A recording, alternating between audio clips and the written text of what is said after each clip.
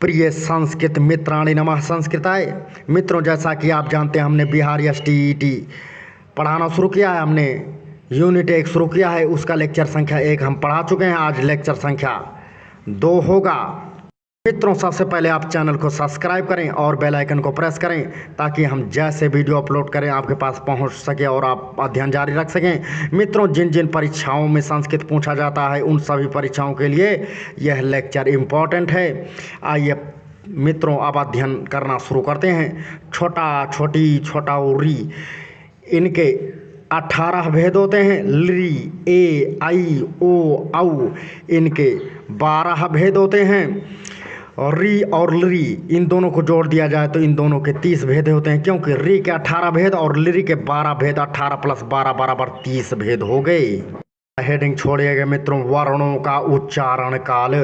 देखें, एक मात्रो भवेत ह्रस्वो, द्विमात्रो दीर्घ उच्यते, त्रिमात्रास्तु प्लुतो ज्ञेयो, व्यंजनम च आर्धमात्रिकम। फिर से, एक मात्रो भवेत ह्रस्वो, द्विमात्रो दीर्घ उच्यते, त्रिमात्रास्तु प्लुतो ज्ञेयो, व्यंजनम च आर्धमात्रिकम। अर्थात ह्रस्व स्वर की एक मात्रा, दीर्घ स्वर की द्विमात्रा एवं प्लुत स्वरों को त्रिमात्रिक समझना चाहिए और व्यंजन वर्णों की आधी मात्रा जाननी चाहिए। हेडिंग है एक मात्रिक स्वर, इसी को ह्रस्व स्वर भी कहते हैं। जैसे छोटा, छोटी, छोटा ऊ, छोटी री और ली, ये सब एक मात्रिक स्वर हैं, अर्थात ह्रस्व स्वर हैं।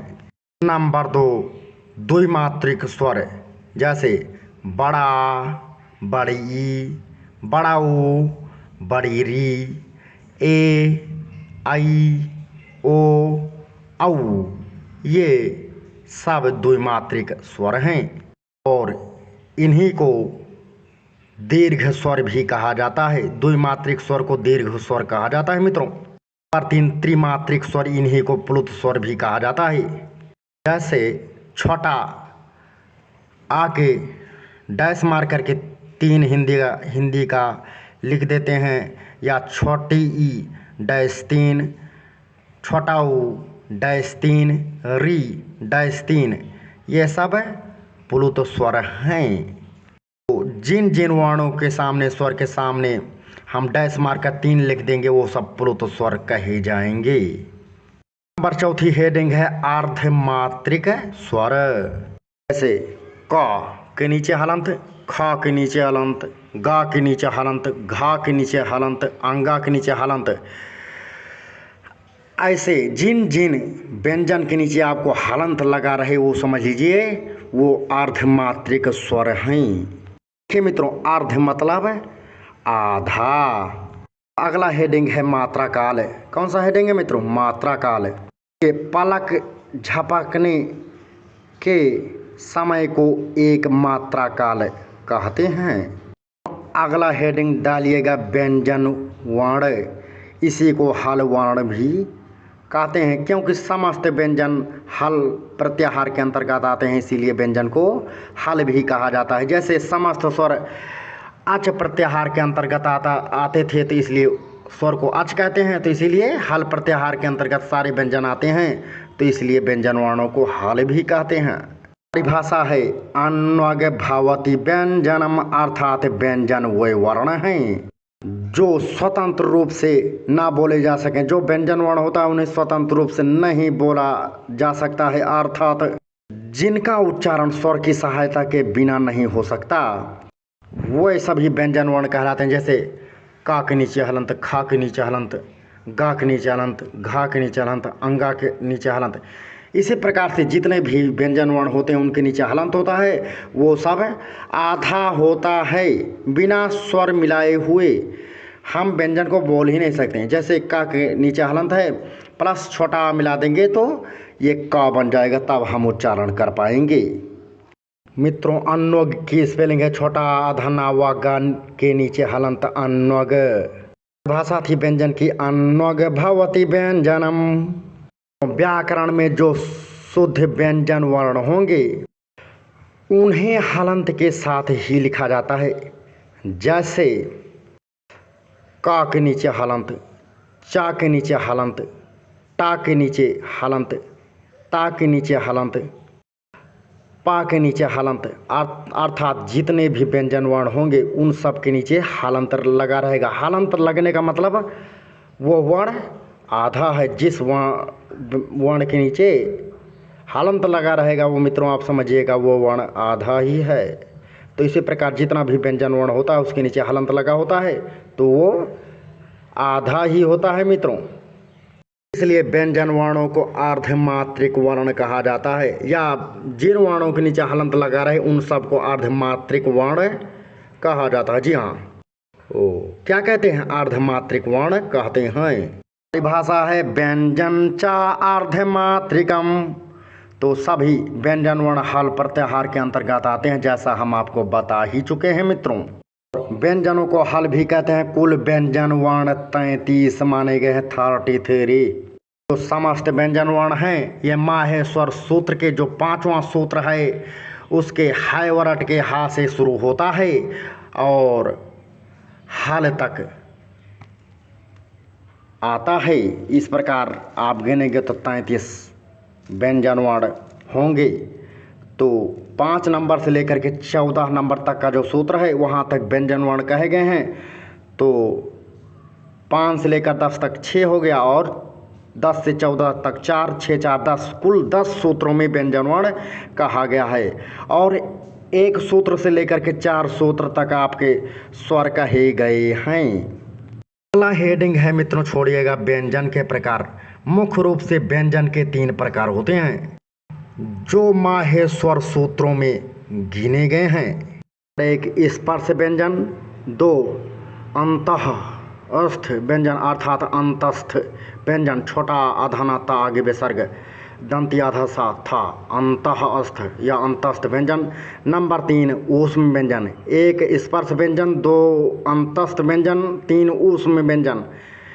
ये 3 जो व्यंजन के प्रकार हैं माहेश्वर सूत्र में कहे गए हैं। एक और व्यंजन का प्रकार है नंबर 4 संयुक्त व्यंजन, जो कि माहेश्वर सूत्र में परिगणित नहीं है अर्थात कहा नहीं गया है। नंबर 1 स्पर्श व्यंजन के जिन व्यंजन के उच्चारण में मुख के विभिन्न अवयवों अर्थात भागों जैसे कंठ, तालु, मूर्धा आदि का स्पर्श होता है उन्हें स्पर्श व्यंजन कहते हैं। मित्रों स्पर्श व्यंजनों की कुल संख्या 25 होती है। कितनी होती है मित्रों? कुल संख्या 25 होती है। स्पर्श व्यंजनों की कुल संख्या 25 होती है। का से लेकर के माँ तक के जो भी वर्ण हैं ये स्पर्श वर्ण हैं। का से लेकर माँ तक जो वर्ण हैं ये स्पर्श व्यंजन हैं।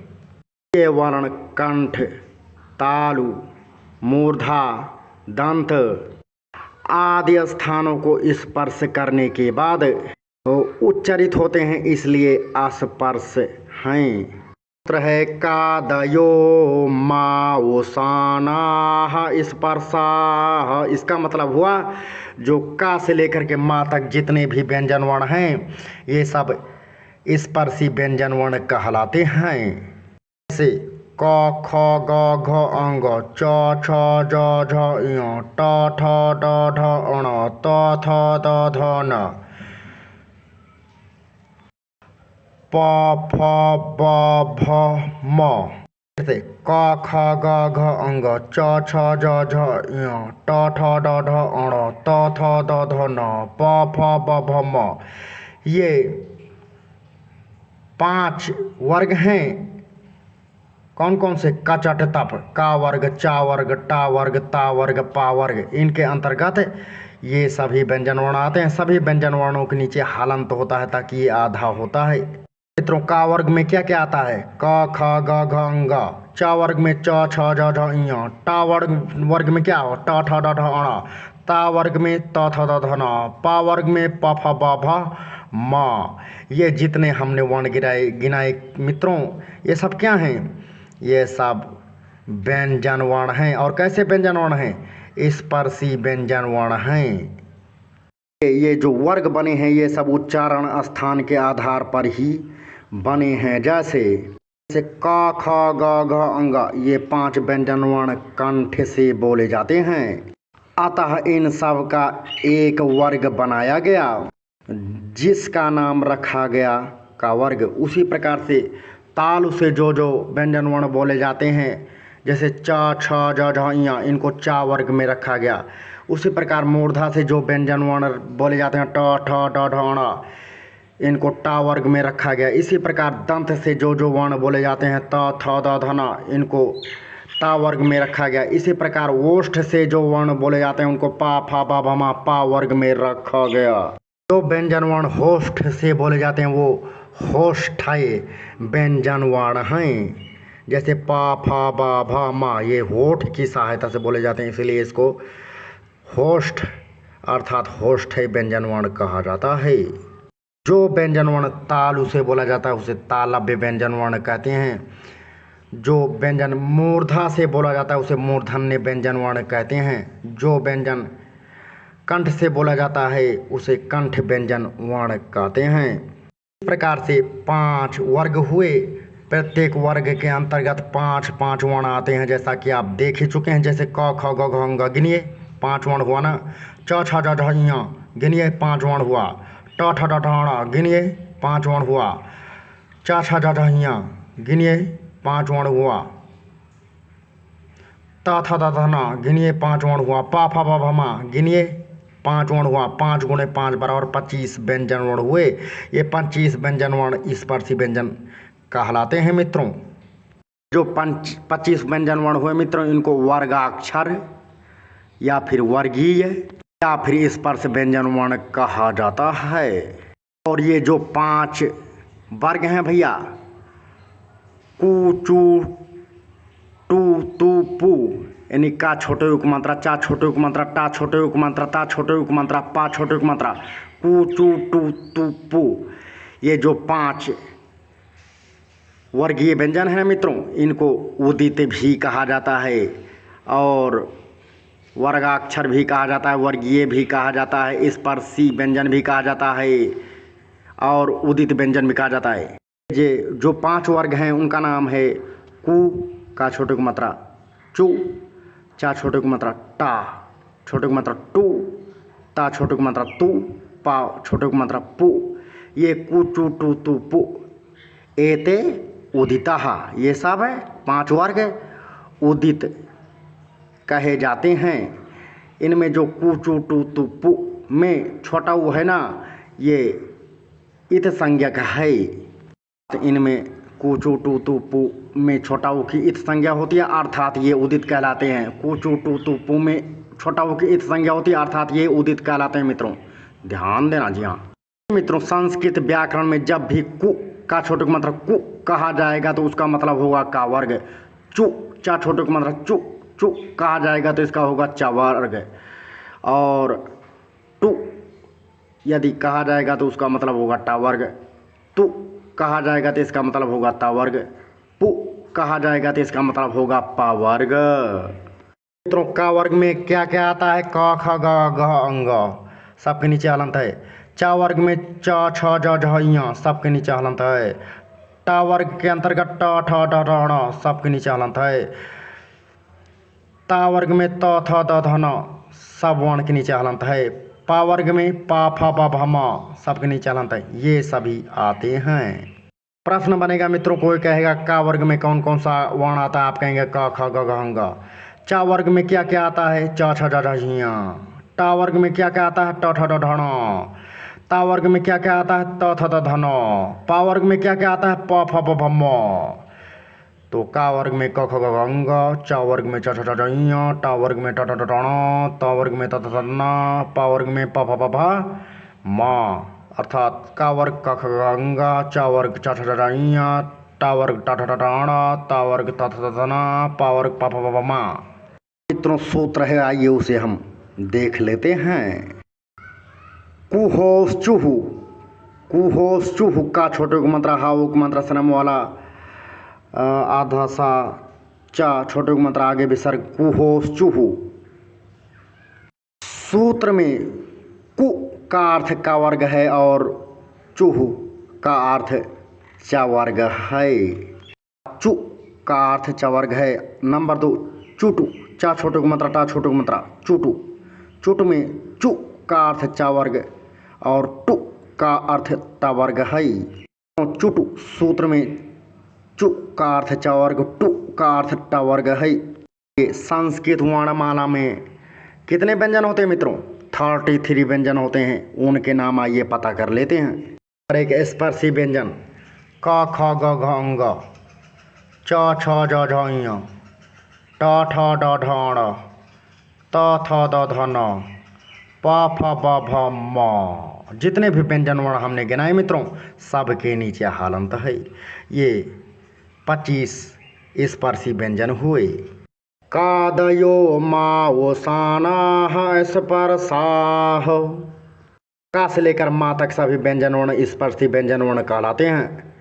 नंबर 2 अंतस्थ व्यंजन या व र ल। ये सभी वर्ण यण प्रत्याहार के अंतर्गत आते हैं या अणा नीचे हलंत।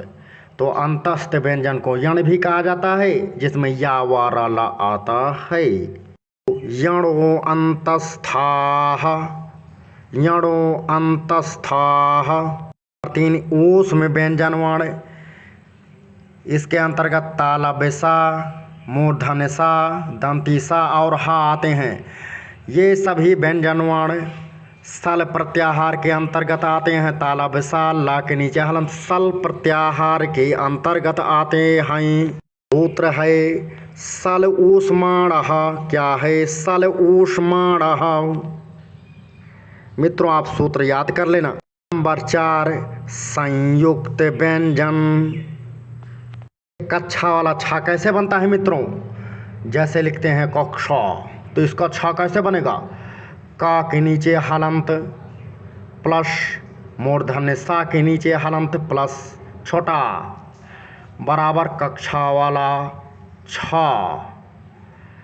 तो आधा का प्लस मूर्धन्य आधा सा प्लस छोटा बराबर कक्षा वाला छा। मित्रों त्रा कैसे बनता है ये देख लेते हैं। ता के नीचे हलंत प्लस रा के नीचे हलंत बराबर त्रा, अर्थात आधा ता और आधा रा इन दोनों को मिल और छोटा इन तीनों को जोड़ देंगे तो त्रा बनेगा। आधा ता प्लस आधा रा प्लस छोटा बराबर त्रा। मित्रों इया कैसे बनता है? तो जा के नीचे हलंत और मित्रों ज्ञा कैसे बनता है इसको देखना है। तो जा नीचे हलंत प्लस इया नीचे हलंत प्लस छोटा बराबर ज्ञा, अर्थात आधा जा आधा इया और छोटा इन तीनों को मिलाने से ज्ञा का निर्माण होगा। मित्रों देखिए मित्रों अंतस्थ व्यंजन कौन से कहा जाते हैं? मित्रों अंतस्थ व्यंजन यणो अंतः स्थाह या अणावक मंत्र यश वाला आधा नाता आगे विसर्ग यणो अंतः अस्थाह दंती आधा सा था मात्रा आगे विसर्ग यणो अंतः अस्थाह। तो यण प्रत्याहार के अंतर्गत 4 वर्ण आते हैं या वाराला, और इन्हीं वर्णों को या वाराला इन्हीं वर्णों को अर्धस्वर भी कहा जाता है। किनको अर्धस्वर कहा जाता है मित्रों? या वाराला को अर्धस्वर कहते हैं। जी हाँ, के या के नीचे हलंत, वा के नीचे हलंत, रा के नीचे हलंत, ला के नीचे हलंत, सब के नीचे हलंत है। ये अंतस्थ व्यंजन वर्ण कहा जाते हैं। चारों अंतस्थ व्यंजन वर्ण कहे जाते हैं और इन्हीं चारों को अर्धस्वर भी कहा जाता है। या वाराला यण स्वर के अंतर्गत यण प्रत्याहार के अंतर्गत आता है। या अणा नीचे हलंत यण प्रत्याहार के अंतर्गत आता है। नंबर 3 ऊष्म व्यंजन वर्ण। सूत्र है सल ऊष्माणः। तो सल प्रत्याहार के अंतर्गत आने वाले व्यंजन वर्ण को ऊष्म व्यंजन वर्ण कहा जाता है। तालव्य सा, मूर्धन सा, दंती सा, हा इन चारों वर्णों के नीचे हलंत है। ये सब ऊष्म व्यंजन वर्ण कहलाते हैं। जी नंबर 4 संयुक्त व्यंजन वर्ण या मिश्रित व्यंजन वर्ण। 2 व्यंजन वर्णों के मेल से जो नया व्यंजन वर्ण बनता है उन्हें संयुक्त व्यंजन वर्ण या मिश्रित व्यंजन वर्ण कहते हैं। जैसे का के नीचे हलंत धान, मूर्धन सा के नीचे हलंत धान, छोटा आ बराबर कक्षा वाला छा, अर्थात आधा का प्लस मूर्धन आधा सा प्लस छोटा आ बराबर कक्षा वाला छा। तो ता के नीचे हलंत रा के नीचे हलंत, ता के नीचे हलंत प्लस रा के नीचे हलंत प्लस छोटा आ बराबर त्रा, अर्थात आधा ता प्लस आधा रा प्लस छोटा आ बराबर त्रा। जी हाँ। 3 जा के नीचे हलंत प्लस इया के नीचे हलंत प्लस छोटा, अर्थात आधा जा प्लस आधा इया प्लस छोटा आ बराबर ज्ञा। जो ज्ञा से ज्ञानी होता है वही वाला ज्ञा, छत्रंग ज्ञा, लास्ट वाला जो अक्षर होता है वही ज्ञा बनता है। आधा जा प्लस आधा इया प्लस छोटा मिला करके ज्ञा बनता है। मित्रों ध्यान देना, ये सब बातें ध्यान रखना होगा मित्रों, परीक्षा में पूछ लिया जाता है। तो अगला हेडिंग आप छोड़िएगा अयोग वाह, छोटा या ओक मात्रा गा वा आक मात्रा हा, अयोग वाह।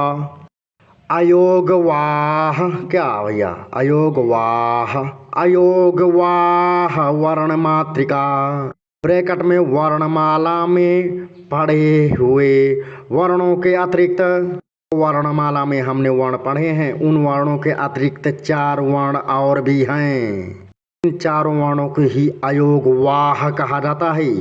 और 1 अनुस्वार, 2 विसर्ग, 3 जिह्वा मूलीय, उपधमानीय, छोटा उ पा आधा धा, मा ना मा आक मात्रा ना बड़ी मात्रा या उपधमानीय। वर्णमाला तथा माहेश्वर सूत्र में ना पढ़े जाने के कारण ये अयोग वाह कहलाते हैं। मित्रों हम इसके विषय में अगले लेक्चर में विस्तार पूर्वक चर्चा करेंगे।